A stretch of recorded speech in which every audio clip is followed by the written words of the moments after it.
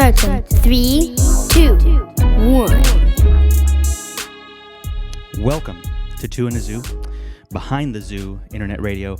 I am Mike. And Melanie? And this is Melanie, Chandler, and we are from Two in a Zoo. If you haven't heard of that, it is our vlogging channel. We are a vlogging family, if you can imagine that. We actually talked about that on our first episode of Behind the Zoo last week, and you can check that out. It's still on this channel. If you found us, you probably found us through either www.tunazoo.com, which, again, that's our vlogging channel, or right here at behindthezoo.com. And we started this thing last week, this crazy internet radio talk show, because we have so many people wanting to actually engage with us, talk with us, ask questions, interact with us, and all that stuff, and we figured we might as well start giving the people what they want, right? It's fun. It is really fun. And we're hitting 50,000 subscribers on our channel, and that is really exciting. And we got to that number in about a year. We went from 300 subscribers to now almost 50,000. We just peaked 48,110. That's mind-blowing. That's mind-blowing. That is a mind-blowing number. So we do milestone trips. So because we're doing the 50,000, we hit 50,000, or we're about to hit 50,000 with your guys' help. We are going to New England for Thanksgiving, which I'm super excited about. What a crazy thing. What a crazy but appropriate Everybody's thing like, to do you have family up there? I'm like, no, it's just fun. No, just fun. It's supposed to be stinking freezing, and I'm super excited. Like, if anybody knows me, I am such a northern girl. 20 degrees, sub below, I don't care. I think the lowest, and this isn't wind chill factor, but we saw 12 degrees. Yeah, single That's digits. 12 degrees Fahrenheit where we're headed, and I don't know, we'll see. I don't even know what that is Celsius. Someone put it in the chat. Like, what is that Celsius? Like, help out our international viewers, but I don't know what the calculation is on that, but it's pretty stinking cold, and we're excited about that. I feel kind of like, that movie Christmas with the Cranks? Yes. And if you're not familiar with the movie... They want to go to the Caribbean? Yeah. They basically skip out on Christmas and all their traditions because their daughter's not home for Christmas. Right. And they skip out on the holiday and they decide to go to the Caribbean or on a cruise or something, right? And they're basically looked at as Scrooges and Grinches by all the neighborhood folk who expect there to be the annual traditions. And here we are, it's Thanksgiving, and people typically anyways, I mean, they travel to go be with family, right? And everyone thinks we're going to go be with family, and we're like, no, we're just going on a road trip because it's a 4-day weekend, and I'm going to take an extra day off work, and it'll be a 5-day weekend, and we're going to road trip. It's Katie's first road trip. And she's excited. I don't think she understands what it means that we're in a car for 20 some hours. She knows what the number 20 is, but you're right. She doesn't know what it's going to feel like at hour 18. Of what time is. About how badly she's going to want to get out of the car when we get there. We're driving all the way to Maine, and then we're going to hit spots all the way home. We're going to get most of the difficult driving done right off the bat, and then we're gonna hit. We're going to go to Vermont. We're going to drive through New Hampshire. We're going to be in Massachusetts, Rhode Island, Connecticut, New York, Virginia. I mean, and all the states in between, but I'm talking about the states where we're actually going to stop and do something. Yeah. And Melanie's going to hit a major milestone of her own on this trip. You want to tell them about that? I will hit 49 out of the 50 states. That is unbelievable to me. How I did this was my family, my grandparents and my mom and my brother and I used to travel every summer. And it was sometimes 3 weeks. It was sometimes as much as like 6 weeks, I think, was our longest. And so we would just travel in a little RV and go spot to spot, which is one of my favorite cherished memories now. Both of my grandparents have passed on, but still those, like, that defines my childhood. So when Mike married me, he knew that I wanted to travel, so...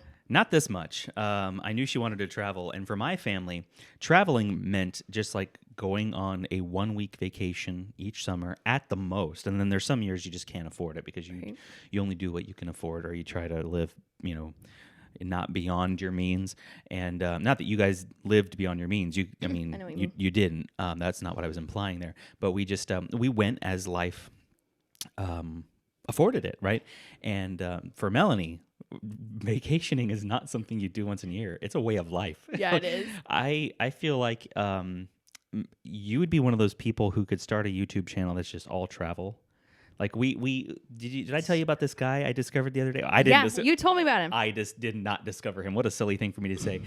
He is a He's a full-time travel vlogger, and right now he's in India. He was just in Calcutta. One of our viewers, one of our zoo family, actually messaged me on Instagram and said, "Hey, check this guy out. He lives in Miami. So cool. I'm born in Miami." I reached out to him, but I haven't heard back. It's hard for YouTubers to actually connect. It's crazy. It shouldn't be that hard. But we looked at his profile, and he's just been all over India right now. He was in Hyderabad, Mumbai. He was just in Calcutta, and then I forget where he was going next, but he's been in like 7 or 8 different places though. And he's just eating street food and trying different things. He has like a guide there who's walking him, from safe place to safe place. It's like going anywhere. It's like, where are the safe neighborhoods? Where are the not safe neighborhoods?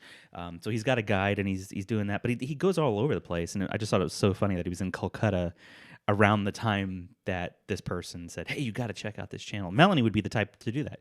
You'd be the time to just travel and totally RV. She's been trying to get me to go on vacation and do nonstop RVing, but it's amazing.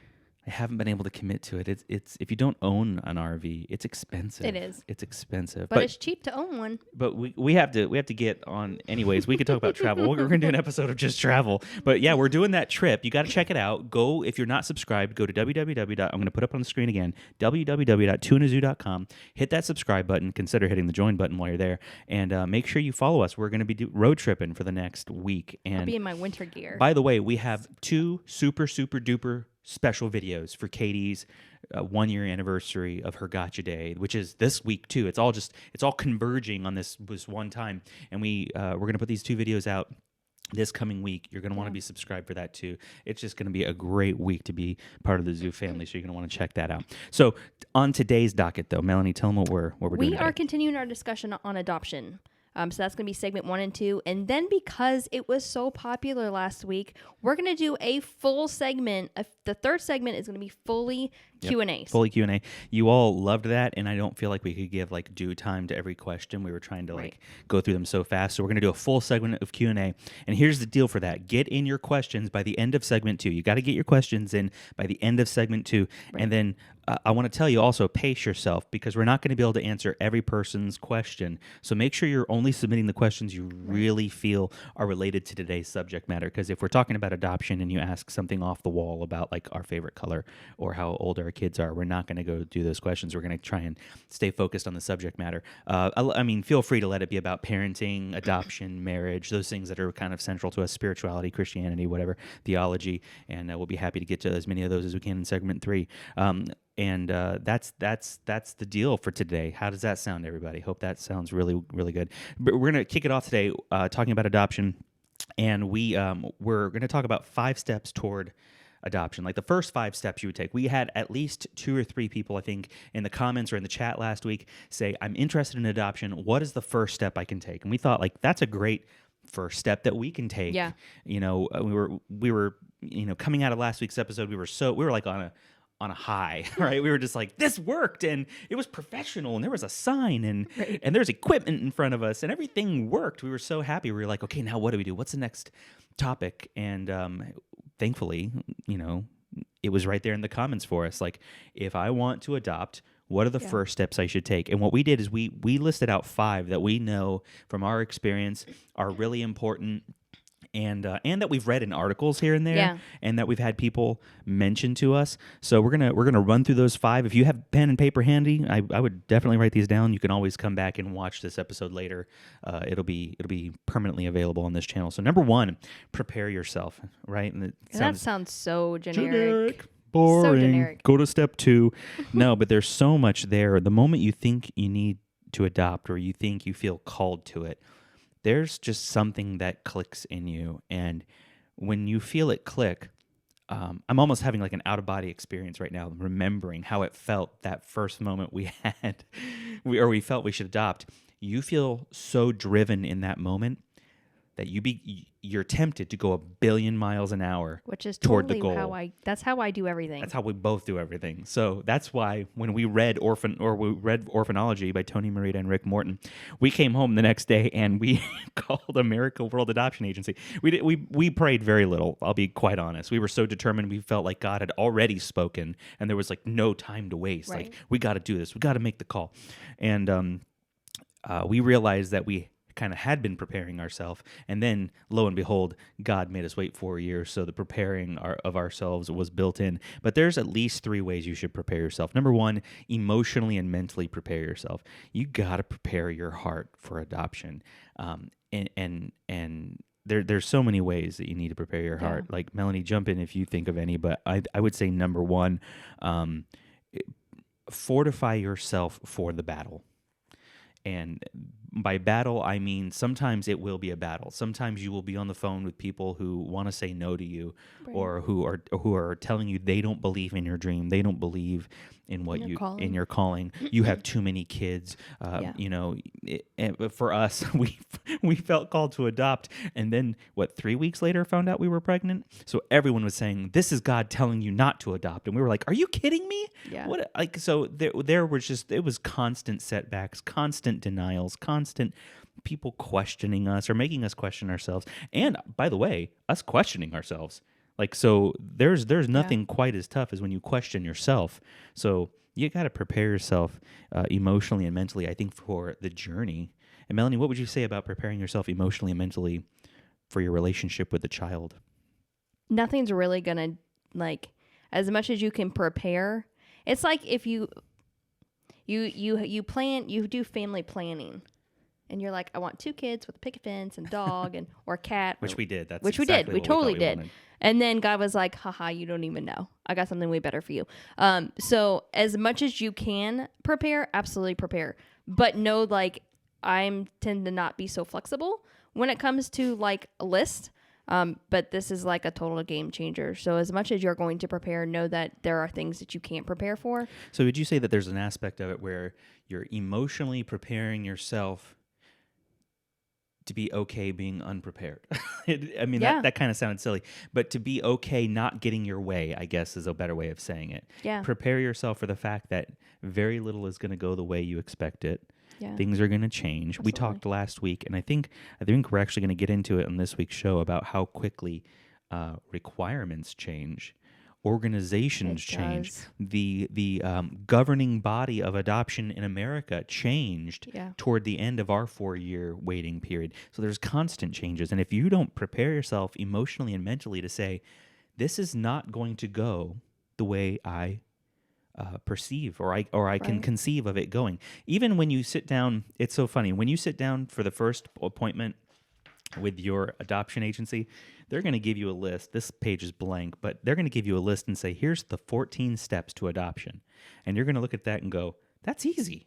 Right. Who says this is hard? And those 14 steps, it would be so funny if we could do this, but if we could go back and look at the original list versus how that list looked 4 years later, right? The processes are completely different. Things change so wildly and quickly that you just need to prepare yourself. Let's go back. After we got the referral and the court date, the people that had not gone to court yet had to redo things. Yeah. Yep. 2 weeks after we said yes. After the court said yes. Yeah. There's just. It changes that quickly. Exactly. You got to prepare your heart for that. Number 2, spiritually, we did a lot of praying after the fact. We did, unfortunately, looking back, I wish we'd have been better about being proactive instead of reactive in our prayer.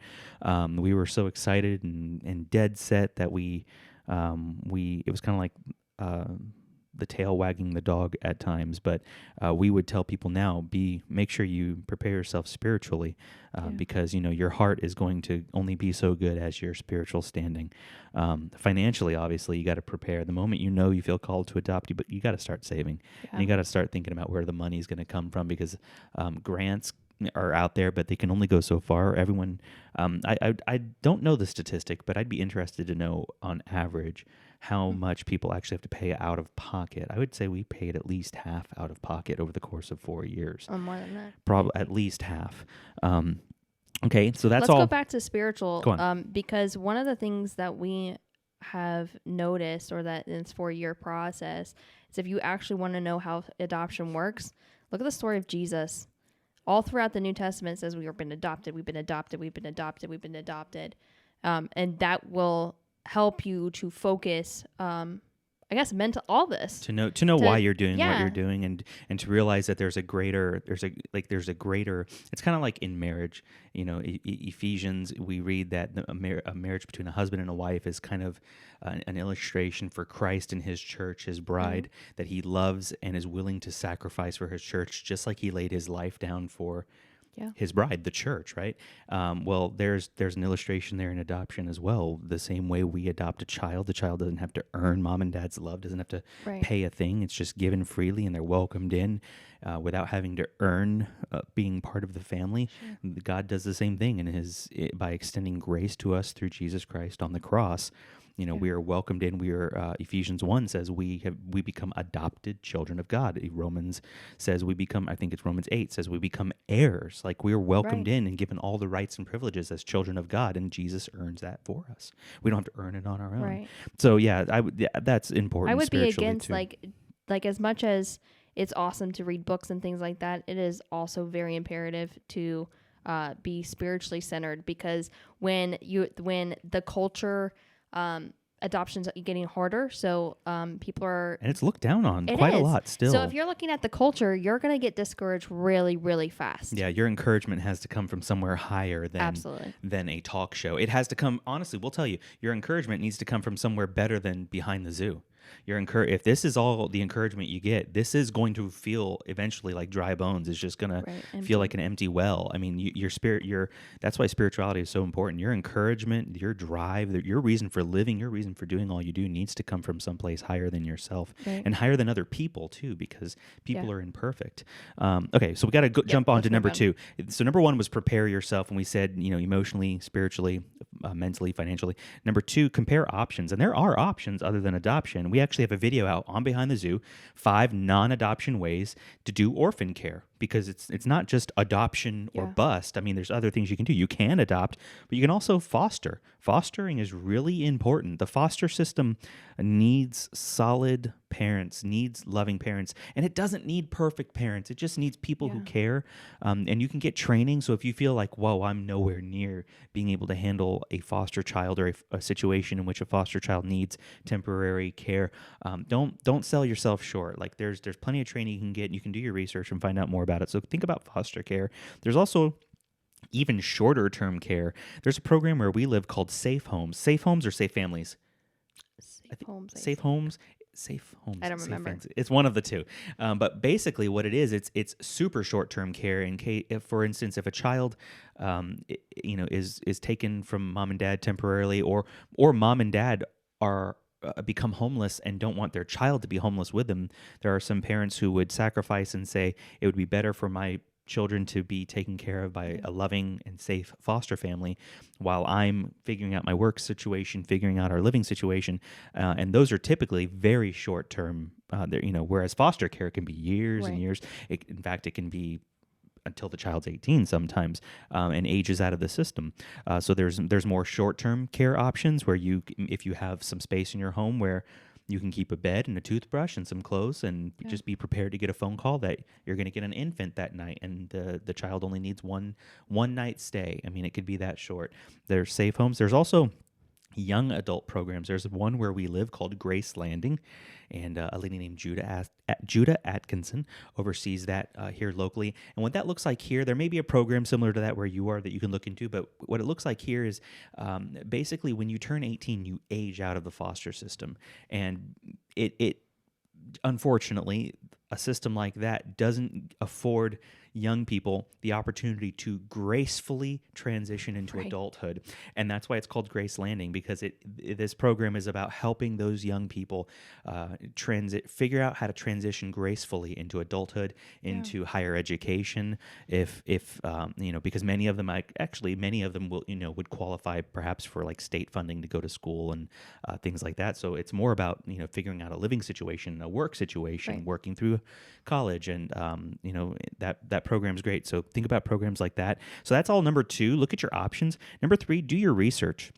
One of the funnest questions that you ask early on in adoption is, okay, what country? What country? And it's like rolling a dice or doing your research. And obviously there's many countries in the world, but you would actually be shocked probably to hear that many of them just are very difficult, if not impossible, to adopt from, or they have I don't know what you would call stringent stipulations. Very stringent, and then some of them are just flat out sketchy. Like the adoption program within that country is not organized. So to adopt from that country, you run the risk that you might actually be adopting a trafficked child. There are countries in the world where the adoption authority in that country is so ill organized that could be the case, and that's a scary thing. You know, we, as much as we want to support adoption, we are anti-human trafficking. So you know, you got to do your research. So the country, you know, do your research. You know, think about what countries stick out to you and why. And you know, we'll probably tell our story on another episode of how we got to India. We've told it before, but I think we could actually go deeper on an episode in the future. But think about your country, research your costs. Costs, Melanie, costs. And be okay for them to change. Yeah. Just rapid and quick changing costs. Like, you know, here's another $500 that's due that you didn't plan on at the beginning of the process. And do your research on timing, because every country has a different standard for what they consider to be the average length of time. Right. It's average. Keep that in mind. It's average. Yep. You can't look at... It is not set in stone. There is no such thing as keeping up with the Joneses in the adoption world. You're just... You can't compare to the person next door. And, it only took them a year and a half. Well... Look, it took us 4, so there is no average really, and God bless the agencies. They have people like us saying, "How long? It's been 2 weeks. You said it would be 2 weeks, and it's been 2 weeks." And you know, they try to be patient with us, and you know, it's just, you know, be gracious to your agency. You know, they're only doing the best they can to give you the best guesses they can give, and sometimes it's just not realistic. Okay, so we have, again, recapping: prepare yourself, compare options. Did I say compare yourself? Prepare yourself, compare options, do your research, and seek guidance. You know, talk to people who have adopted before. We talked to lots of people, a number of people who had adopted before, and I would say some of those conversations were helpful, and some of them were not. Well, you don't throw like the baby with the bathwater. You don't do that. Like every conversation has at least a nugget in there that you can take away. Yeah, even if you leave going, wow, I don't agree with that. That conversation did, like, their family adopted and we want to adopt, but we just don't see eye to eye on why to adopt or whatever. Right. I mean, that's all right. You know, that's not the purpose. That's not what we're telling you. We're just saying, you know, if you want to adopt, hang out with other adoptive families.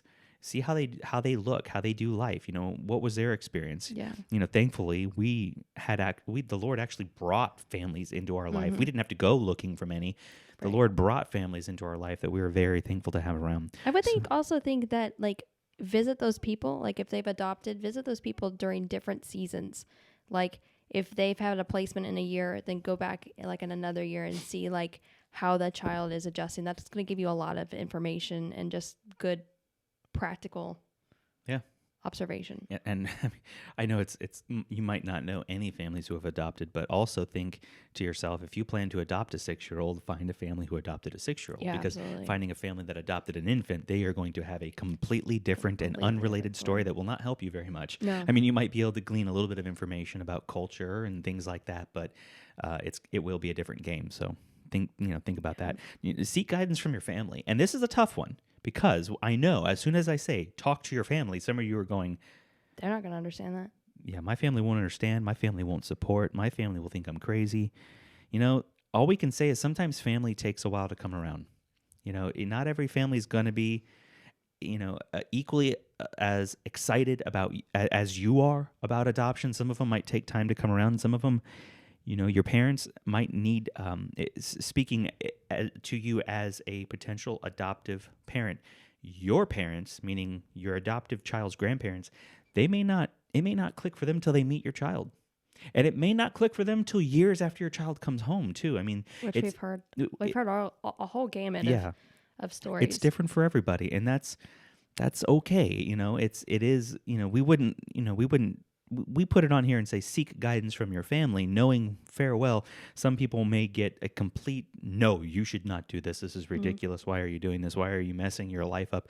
And in those situations, we would say, okay, don't seek guidance from them, but tell them gently and ask for their encouragement, ask for their partnership, ask for their prayers and support. And if you don't get it, that's okay. That doesn't mean you have to say no to adoption, but you know, you do need to take that into consideration and say, you know, if I'm called to adopt, that adoptive child is going to need a good support system that includes mom and dad, and if possible, grandparents.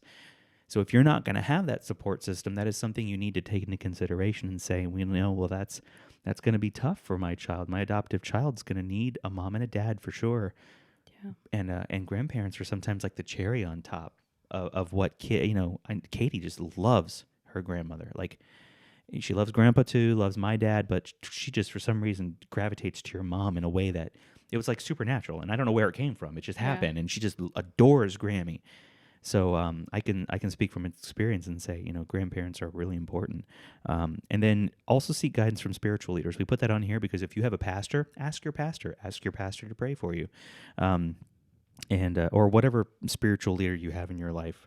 And then lastly, make the call. We put make the call on here as step 5 because don't make the call before these steps. You can't go out of order. Don't do that. We would tell you, do your best to do everything in order we're telling you, because when you make that call, hopefully that call to an agency, your first call to an agency is an informed call, where you're getting on the phone and you know what you want. You've prayed through it. And because they're going to say, why do you want to adopt?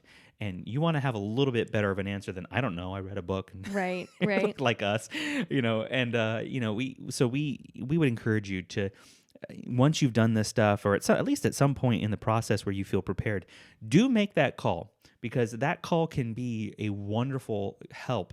Because if you're having trouble figuring out a country, the people on the other end of that call, the agency you call, whoever it is, we recommend Lifeline Children's Services. But when you call them, they're going to be able to help you kind of sift through a lot of your emotions and a lot of the research you've done. And they may tell you, well, have you thought about Bulgaria? And you're thinking, I never even heard of the adoption program in Bulgaria. And they'll say, well, you know what, let me forward you to someone in that program. They can tell you the requirements, but based on what I'm hearing about your family, that sounds like that program can work. And then there you go. There's time where you don't have to waste time researching, when they can just fit you in a program that actually works for your income level, the number of children you have, and all the other crazy stuff that is part of the requirements for international adoption. So there you go. We went long on segment 1. We're going to have to get to a commercial break.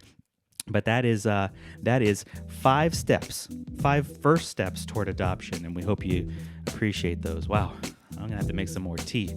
So on segment 2, we're going to keep talking about adoption, and we hope you'll stick around. And don't forget, get your questions for the Q&A. That'll be segment 3. Stick around.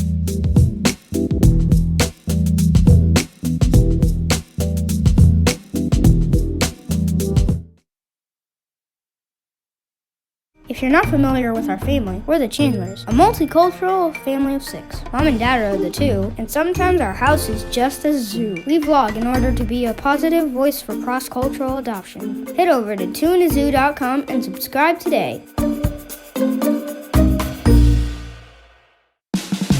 Oh, and one more thing. This month, we're celebrating the 1-year anniversary of Caden's coming home to be with her forever family.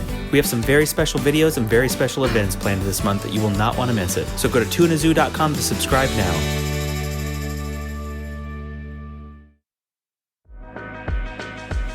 I'm Robert. And I'm Danny. And together we are Growth Project Radio, a discipleship ministry of growthproject.org.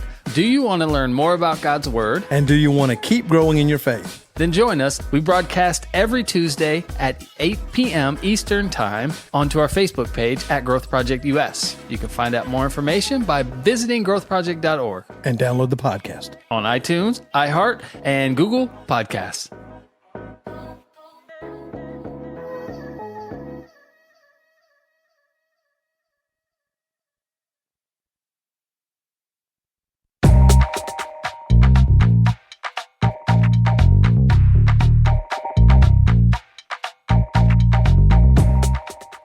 Welcome back to Behind the Zoo Internet Radio. We're here on segment 2. Hope you're enjoying this episode so far. In the first segment, we talked about 5 steps, 5 first steps, 5 baby steps toward international adoption. When you feel that first inkling, like maybe this is for me, things that you can begin to work through. And as we throw that out on the table, we know that there's at least one person. If I went in the chat right now, I know there'd be at least one person who would say, Well, that's all wonderful. And this is like, what a great list. Great. Yeah, wonderful. I wrote all that down. But what if before I do any of that, my spouse isn't supportive? And you're thinking, like, my spouse has been turned off to this. Like, first of all, I would tell you, go listen to last week's episode. I mean, you have to hear what we talked about. I was that spouse turned off to it. Like, not open to have conversations.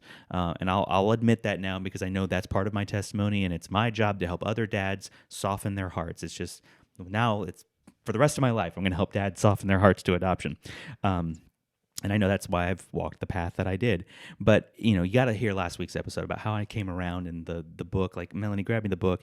Orphanology was the book that we read. And, if your husband's a reader, maybe if you can just, like, read to him subliminally in his sleep or something. No, I mean, read it. I mean, learn what the book has to say about orphans, caring for orphans. And then ask your spouse about it. Talk to your spouse. Maybe it'll give you some talking points. And then pray for your spouse too. So what we wanted to do is start the segment by talking about that. What do we do, or what can you do not to brainwash your spouse? And this is the thing. It's not about what's the word I'm looking for? It's not about wearing your spouse down to where they finally go, fine. Because what benefit would that be to a child? That you do that, and there's one parent dragging the other parent through the process, and the child comes home, and one of the parents is just disconnected and doesn't want to attach because they were just dragged into this in the first place. So it's definitely got to be something that you get to the point together where you begin to say, okay, I'm coming. Maybe one of the parents has to come around, and it'd be far better for them to finally say, yeah, you know what, I'm beginning to see that it's my responsibility, like as a human being, and certainly if I'm a Christian, to care for the widows. Care for the orphans and widows. Thank you for putting those words in my mouth. And that's a James 1:27 reference. We can talk about that in the Q&A. If we ever, by the way, we should have said this at the beginning of the show. I think we should have a disclaimer. Like, we're Christians, obviously. We say that. We don't hide that. So if we ever say a bunch of stuff and it sounds like we're quoting scripture and you're like, what is that? Like, just ask in the Q&A. We'd be happy to go over that stuff. But that it can consume time if we don't move through. So what do you do? And we put 3 things on the list here that you can ask your spouse to do without having to ask them to commit to adopt, because ultimately, let's face it, what you really want to do is ask them, just please commit, please, would you just come around? And if that's not in the cards, so to speak, these are 3 things. Melanie, I'll let you start the list. The list says pray together. If you can't even do that, pray for your spouse. Yeah. And don't pray, God, like, help him or help her, come around. Pray that, you guys would come together, be in agreement at some point, and maybe move forward. Pray that my spouse would be willing to pray with me about it. Right.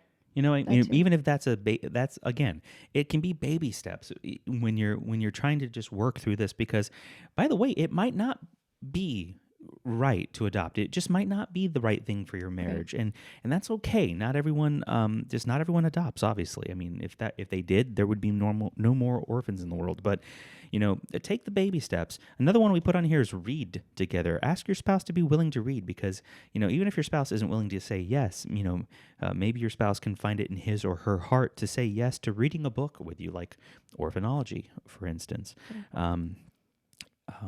And then lastly, we put talk together. And communication is so important.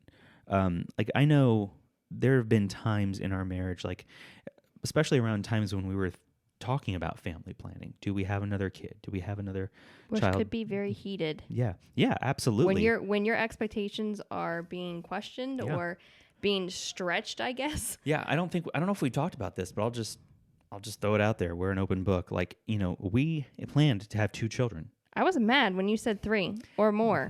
I was mad. I'm like, dude, sign, seal, deliver. I'm done. I did my work. I had 2 children naturally. Yeah. No medication, no epidural, not even an Excedrin, not even an aspirin. Yeah. And stamped. You're I signed it. Strong woman. We're good. and then I said, what about having like 4? And she's like, what did you say to me? Oh, I was so mad. So she wasn't happy with me. And so we know that family planning discussions, and by the way, I said that because I looked at our life, and you know this now, and you agree with it. Like I looked at our life and said, this is amazing. Like how our hearts can grow. Our hearts can grow. Like, no, I did not say that, but I said something to the effect of, Sounds like the Grinch. These 2 trees, his heart grew 3 times larger that day. I just realized like these 2 little boys are such blessings. I want more of this. Yeah. And there was a part of me that longed for a little Melanie walking around the house too, right? And the crazy thing is I got it. I got a daughter who is like you in more ways than we can even see yet, but we already see it. So we know that family planning discussions can be really difficult, but that's why we say talk together and at least see if your spouse can get to the point where you can bring this up without it being charged. Because on the list we put keep an open and routine line of communication. Right. And for Melanie and I, that we realize that now if there's a topic in our marriage we're not seeing eye to eye on, we don't have an expression for it, but we basically know that this topic goes into this bucket, and anything in this bucket we know takes extra grace in our marriage. And it's likely that one of us is the one who has to extend extra grace whenever that topic comes up, because we have to be willing to hear our spouse's opinion, not get mad at them, let them have whatever opinion they have, and validate it too. Don't invalidate it and say, well, that's stupid. Like, of course, blah, blah, blah. Like, you're wrong. Like, don't invalidate your spouse. Like, don't do that, especially us guys, because we can be heated sometimes and feel like we're super right just because we're male. The testosterone can sometimes come out, so we don't need to be doing that. So don't do that. So agree at least to have an open line of routine communication to where maybe you have a weekly check-in, and one spouse says to the other, hey, on the adoption topic, have you had any new feelings? No? Okay, cool. And then you drop it. We've had that for a year. Yeah, I mean, because everyone's like, are you going to adopt again? Are we going to adopt again? Are we going to get pregnant? Logan keeps asking me every single day to get pregnant. I'm like, dude, chill it. I've actually had to get on Logan pretty harshly to stop poking mommy in the belly and going baby in public, because we think people in public are gonna start to think that we're pregnant, and Logan knows and he's giving it away. Like, he'll just come up to mommy and go baby and poke her tummy. So yeah, we know all about the family planning stuff and how you got to be just willing to talk through it and give each other grace to have whatever opinion you have, and it's valid because you feel it, and we'll talk through it. And even if we share those opinions and we go, wow, that's interesting, I don't feel like I can talk about that right now, but thank you for sharing that with me. That's great. At least you allow your spouse to speak their mind. That's a beautiful thing. So get to the point that maybe even on the adoption topic, you can at least have an open line of routine communication. And then while you wait, what do you do while you wait, while you're in that period where maybe you and your spouse aren't connecting? Like, what do you do? Do your research. Last week we talked about orphanology. We're going to bring up 2 books this week. Number 1, can they see them? Yes. Actually, yeah, they can see them. You're right on the screen. We have Parenting Your Internationally Adopted Child by Patty Kogan. This is like, think of what your owner's manual is to your car. Yeah, for real. This is that manual. Like, look how thick this guy is. Look at that. Really thick. It's a thick book. This is like the owner's manual, and owner is the wrong word, but the parent's manual. The encyclopedia of adoption. And it's amazing. It's if you can dream it up, she talks about it in this book. Really, and whatever it is, I'm going to list out the topics really quick. Social and emotional adjustments, because there are social and emotional adjustments for your adopted child. She talks about attachment. Attachment is so key. We're going to do a whole show on attachment at some point. Helping your child develop a positive self-image. This is super important, super near and dear to our hearts. Develop a positive self-image that incorporates both their new American identity as well as their ethnic origins, because now they're both. Right. Our daughter is Indian American. She will always be Indian. She will now always be American too. So she needs to develop a positive self-image that accepts and incorporates both those things equally, lovingly, and beautifully. In that book, Patty Kogan also discusses handling sleep problems. Children have, an adopted. Night terrors. This is not our daughter, but she had her own things to go through. They were all mentioned in this book. But yeah, night terrors, bedwetting issues, resistance to household rules. That is something we've gone through plenty. How to encourage eye contact. That can be a cultural and an emotional adjustment problem for your child. Easing transition and separation, because when our daughter, thankfully, we prayed in advance that she would want to leave the orphanage and be happy to come home with us. Not all children do. Some children kick and scream because they're leaving the only life they've maybe ever known, and that's terrifying for their poor little hearts. So easing transition and separation. This book is a pre-adoption lifesaver. It's a mid and post-adoption lifesaver. And by the way, the subtitle is really important. From the first hours together through 10 years, this book covers it all. From your first hours together with that child through the first 10 years with that child. It covers everything. So that's a great book. It's on Amazon. Check it out. And then another book we recommend is The Connected Child by Karen Purvis, David Cross, and Wendy Sunshine. This book is great. They are, I think all three of them are psychologists, and it focuses on attachment. Again, we're going to do a show on attachment because there's so much that needs to be said about attachment. Number two, it talks about learning and behavior disorders.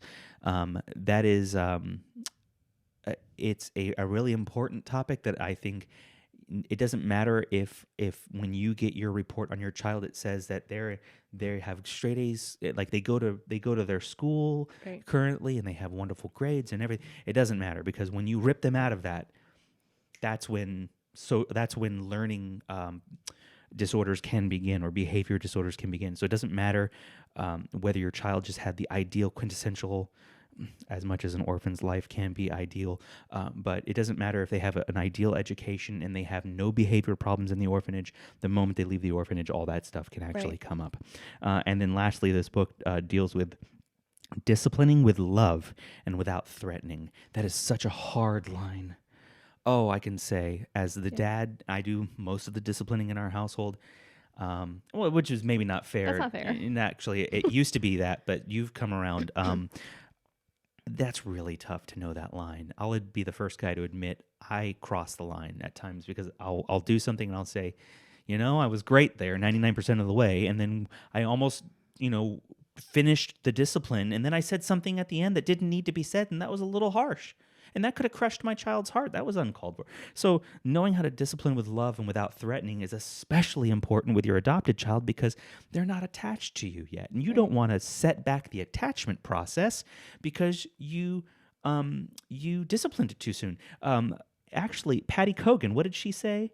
She said to connect first and then... Yes. And then try to, what's the word? Connect before you correct. Correct, yeah, that's it. Trying to correct your adopted child before you've formed any meaningful connection, we actually found that out, is pointless. Yeah. We had this book with us, and I was like, oh, no. The first 12 hours, I was like, oh, my word, what did she say on this? Yeah. I don't know. See, I have it highlighted, because I'm like, yep. I Boom. don't know. We had a little mini incident with Cadence. We'll tell this probably someday, but we don't need to get into it now. While we were still in India, and we were like, what do we do? What do we do? What do we do? And thankfully, we brought that book. Wow. If you are thinking about adoption, get both these books. And they were able to encourage us greatly. So here's what's going to happen. We're headed into the third segment now. We're a couple minutes over, but we're still going to get a lot of meaningful Q&A time. We hope you got your questions in, and I can see that some of them are already been put in my inbox here. I'm looking forward to answering them when we come back on Behind the Zoo.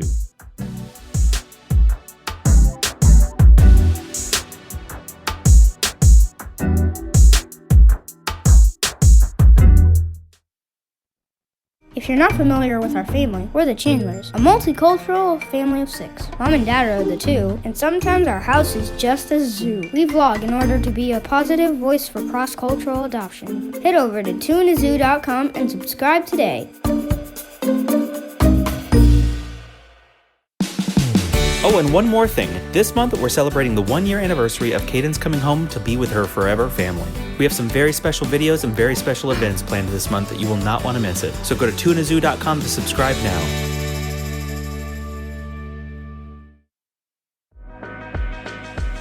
I'm Robert. And I'm Danny. And together we are Growth Project Radio, a discipleship ministry of growthproject.org.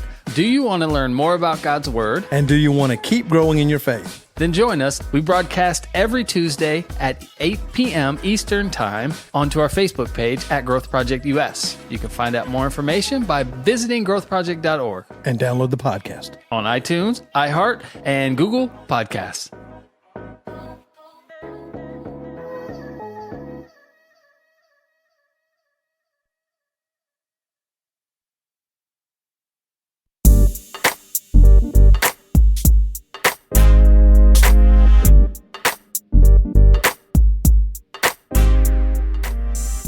Welcome back to Behind the Zoo, segment 3. Q&A. Doing our Q&A. We got a bunch of questions here. Looks good. Thank you, everyone who submitted questions. We're going to just jump right in. We had someone ask, can you explain your religion? I only know Protestantism and Catholicism in the Christian church. Yeah, absolutely. We're Christians. We are not Catholic. Catholicism is the word Catholic means universal, and I don't know if I said that loud enough in the mic. Universal, and it originally referred to what would be assumed to be the universal Christian church, but because of the Protestant Reformation in the early 1500s, there was I wouldn't call it, well, maybe a divide. I don't know if I don't want to be divisive in my language choice, but there was a branch that came a branch that came out of Catholicism that became Protestantism. People like Martin Luther, in his 95 Theses, were the people who were credited with starting this movement. And from Protestantism, you have evangelicalism, and that is the branch of Christianity that sees the Great Commission as the primary goal of Christianity, to go, therefore, into the these are the words of Jesus before his ascension, after his resurrection from the grave. His words before ascending to the throne in heaven, he said, go therefore and baptize. I'm having a blank. Go therefore and make disciples of all the nations, baptizing them in the name of the Father, Son, and the Holy Ghost. And that's what evangelicalism, in its right sense, holds dear.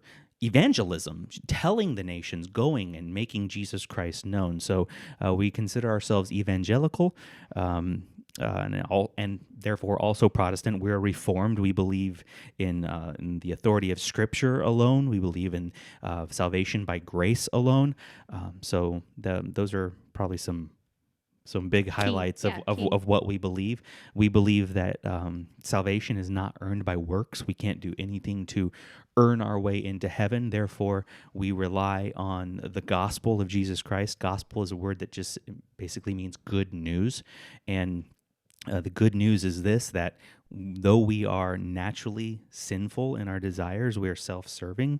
I'll be the first guy to raise my hand and say, I am a sinner through and through. I couldn't live a perfect day. If someone offered me $6 trillion, couldn't do it. I'd sin by the end of the day because I'm imperfect. And because we are all born imperfect, there's no way by our own power, by our own works, to make ourselves right with God. God looked upon us and didn't abandon us to sin, but instead gave himself incarnate in the body and life and person of Jesus Christ, who really walked on this earth, lived 33 years, and in the last 3 years of his ministry, ministered to the blind, the lame, the sick, the quote-unquote, the least of these, the marginalized of society. And that's not a bad phrase. It is, we're the ones who marginalize them. If Jesus said the least of these, he had to say it because it's our sinful hearts that God help us, marginalized any people group. Yeah. And you see people doing it today through prejudice and racism and just, hate.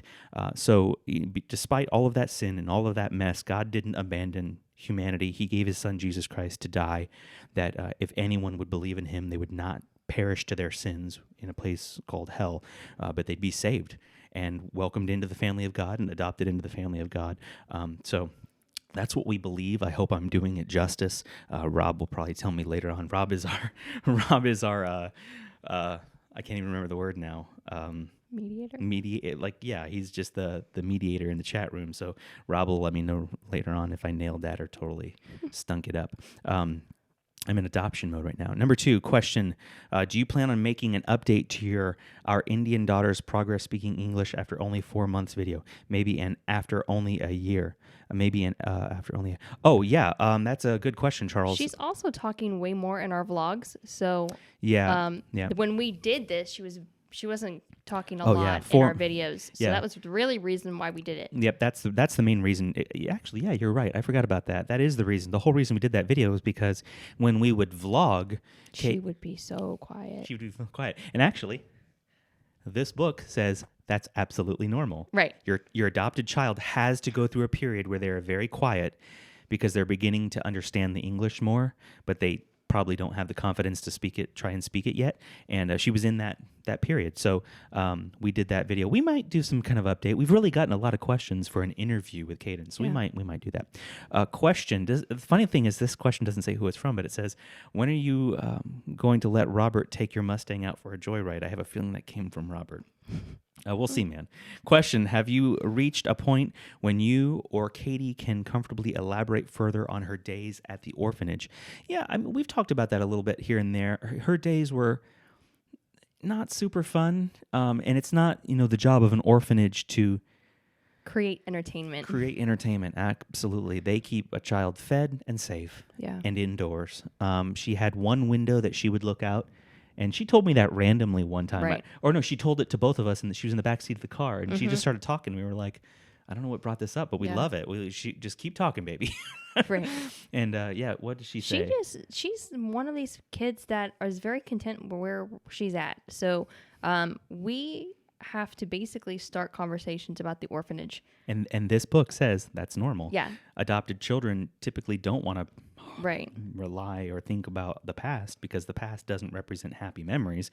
It represents so we don't dig loneliness. up. Yeah. We don't dig up, but when it's appropriate, we ask questions. Or when she starts talking, like, right. Yeah, please. Does Katie still wear the ladybug backpack? Yeah, now yes, now she and does. then.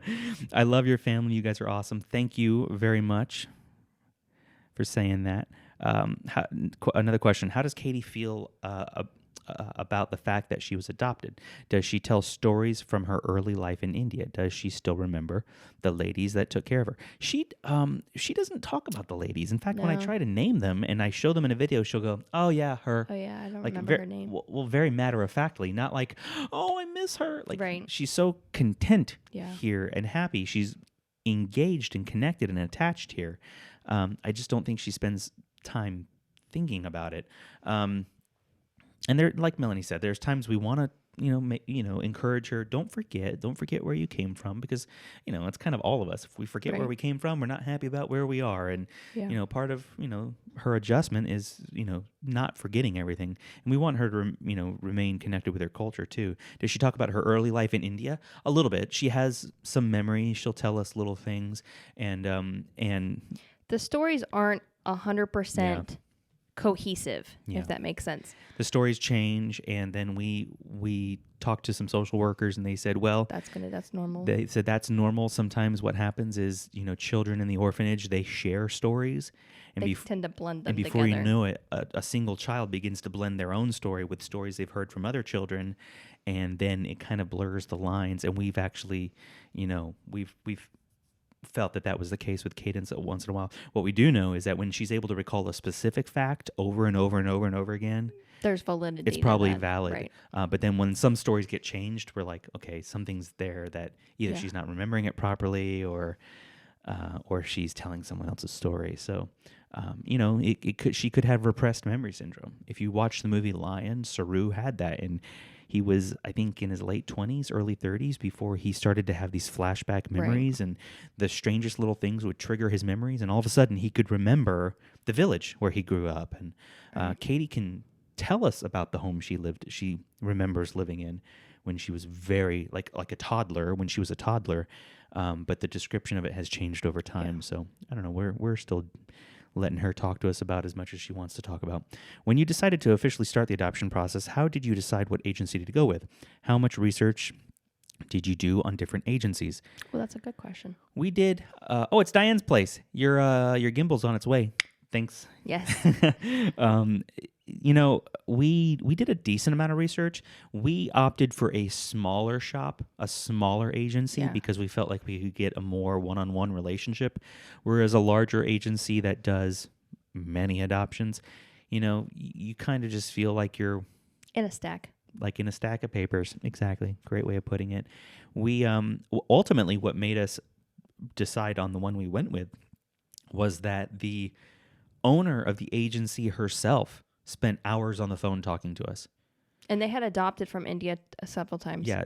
She and her husband, the Mardocks, Bob and Carol Mardock, they by the way, we have fallen out of contact. We haven't talked to them in quite a while, but they were willing to just talk to us and talk, and they loved everything we were saying. They were supportive.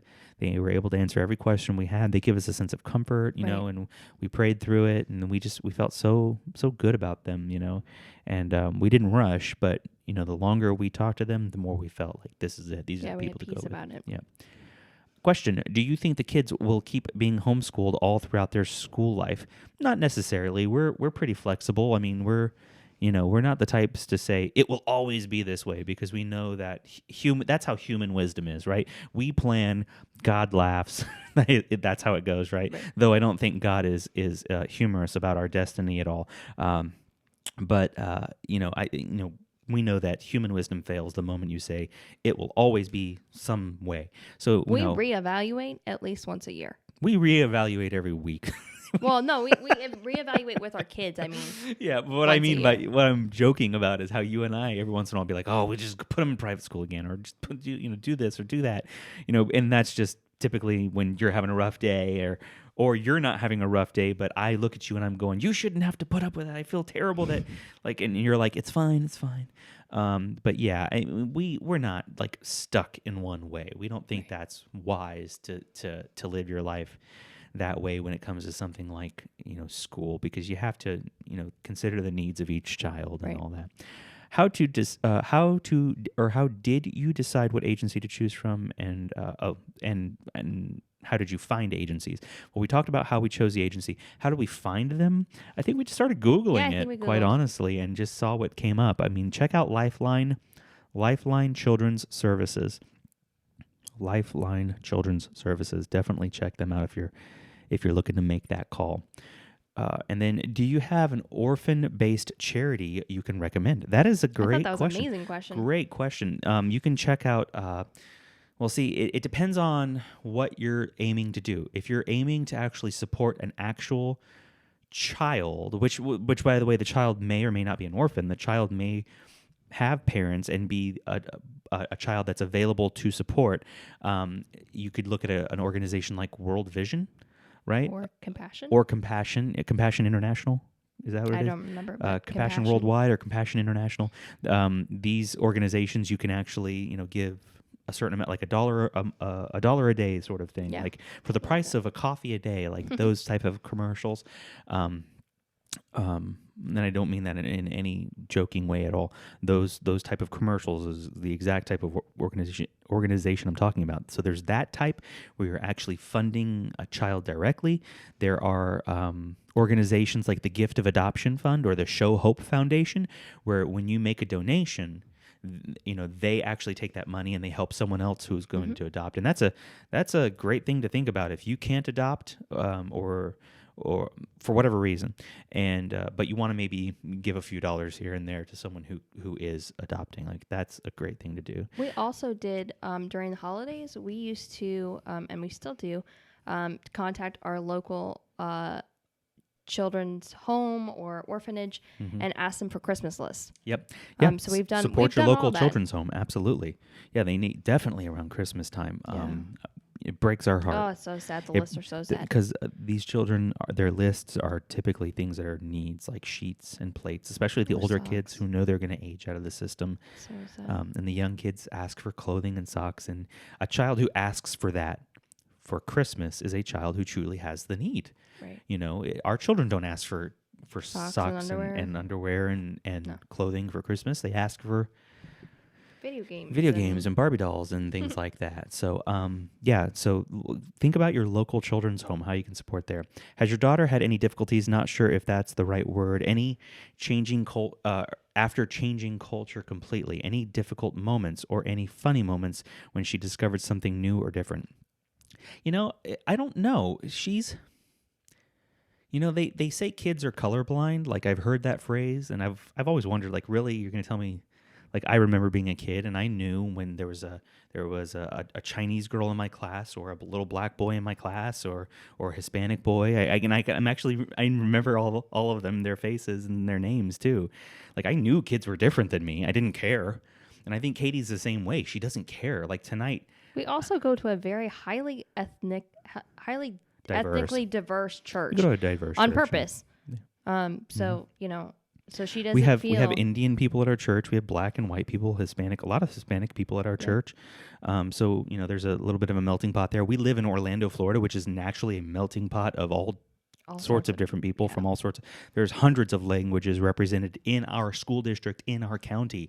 We're talking a county that's like, 100,000 people now? I don't know. I don't even know what the population of our county is. But, there's hundreds of languages represented right there. So think about how diverse our community is. Like, so I think between that, Katie looking out into the community and seeing how diverse it is, and looking at our family and seeing the same thing. And then tonight she said something, and she goes, I forget what I said, and her response was, "Yeah, but my skin is brown."